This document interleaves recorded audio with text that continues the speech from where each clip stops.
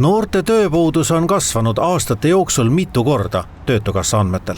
Eriti puudutab töötuse kasv hariduse ja oskusteta noori, kuid märkimisväärselt on lisandunud ka kõrgharidusega noori.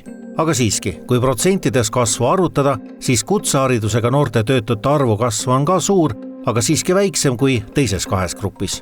Töötukassa soovitab seega hoolega õppida ja sealjuures hoolikalt mõelda, mida õppida. See erialad, et milline see sobiv eriala siis noore jaoks on, et seda kindlasti võiks ja peaks noor läbi rääkima ka karjäärinõustajaga, et mitte teha neid valikuid uisapäisa, et noored teevad valikuid erinevatel alustel, kes valib, et kuhu läksid tema sõbrad õppima, kes valib, et võt see on väga hea eriala, kus väga palju raha saab, aga võikski vaadata tõesti seda, et milles noor on hea, et mis teda ka päriselt huvitab ja sinna juurde ka millised sellised tuleviku erialad on, et väga soovitan tegelikult vaadata ka kutsehariduse poole, et meie praktika näidab seda, et kutseharidusega inimesi on meil vähem töötuna arvel. Ka Statistikaamet näeb noorte töötuse kasvu.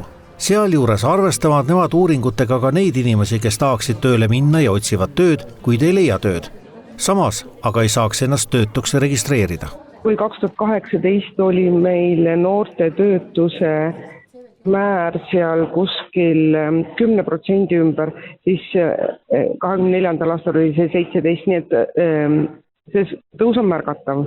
Kui on meil siis esimese tasemeharidus, mis tähendab üldjuhul põhiharidust 9 klassi, mitte 6 klassi, 9 klassi, või siis ka kutseharidus, mis on 9. klassi järel omandatud, aga kus keskharidust ei ole omandatud. Et neil on alati kõige need, kes on põhiharidusega või kutseharidus ilma keskhariduseta, neil on alati kõige suurem oht jääda töötuks. Mis aga võtab veelgi ära tavapäraseid noorte töökohti, on ühiskonna majanduse raskused, kus tõusvad hinnad ja suuremad maksud panevad ka tööl käivad täiskasvanuid tegema õhtuti, nädalavahetustel ja suvepuhkuse ajal lisatööd.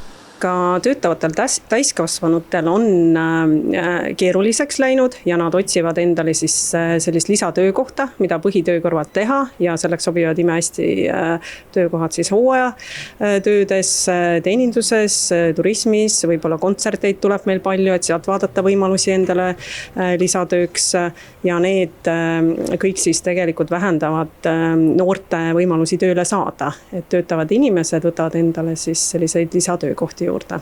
Noorte tööpuuduse teine mõjutaja on see, et ei ole paljud sektorid enam taastanud töökohti, mis kadusid koroona ajal teeninduses, majutuses või kaubanduses. Kuid just seal on noorte tavalised töökohad.